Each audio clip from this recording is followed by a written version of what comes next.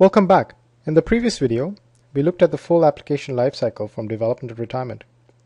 In this video, we will look more closely at the very beginning of the story, application development. There are two types of application development projects, new application development and customizations. New application development is when a brand new piece of software is created, and customizations is when we use an existing software but modify it to meet a customer's needs. Examples of this include a new telecom billing system or a banking system, which are generally too complex and too risky to develop as brand new software. And customers prefer to simply buy an existing piece of software and customize it to meet their requirements. Customization is more popular because it's less costly and risky than new application development. So we will spend more time discussing customization than new development. However, let's start by looking at new development projects, as it is a more intuitive starting point to help us understand how software is developed. Let's look at who is involved in developing new software. At minimum, we need a customer and a software developer. A customer is generally a person or group or a company who has a problem and believes that software can somehow help some or all of that problem and is willing to invest money to develop new software. A customer wants software because it helps them do something faster, cheaper, or better. Then there is the software developer or programmer who has the programming skills and time to build software needed by the customer. Typically, there's a team of programmers and of course many other roles like a project manager, business analyst, testers. But for now, let's keep it simple and talk about only these two types of people. New software is developed when there is no existing software that meets some or all of the customer's requirements, or the customer wishes to invest in innovation to create something new. Let's look at how software gets built. In the most simple case, software gets built like this. A customer explains his or her requirements to the development team, who then design and develop the software. The software, once completed, is made available to the customer, who then tests it and finally deploys the application so that others can begin to use the software.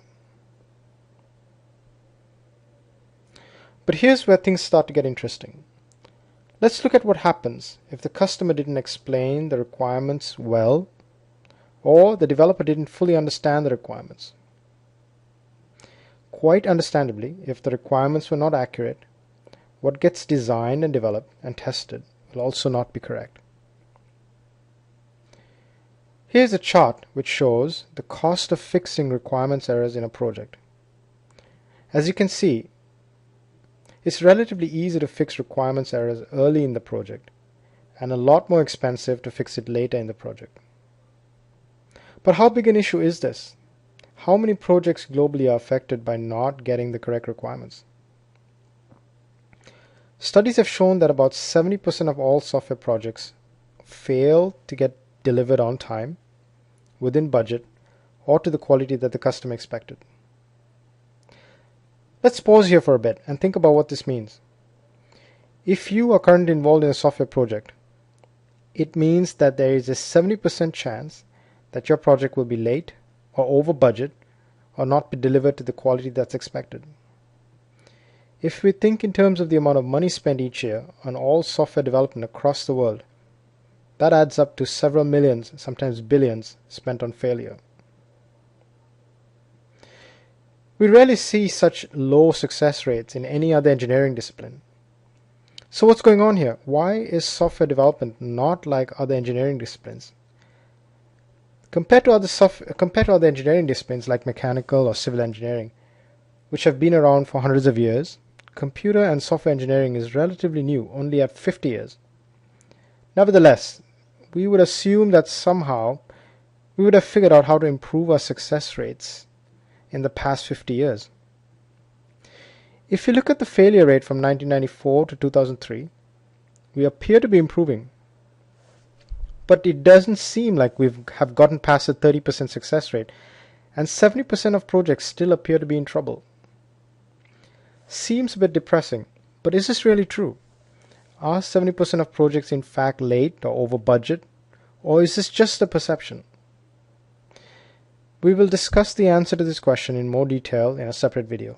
But for now, let's focus on the first and the most important step in building software on time and on budget and to a high quality: getting the customer's requirements right. Please join me in the next video as we look at different ways to understand the customer's requirements and look at ways to increase the success rate of software development projects.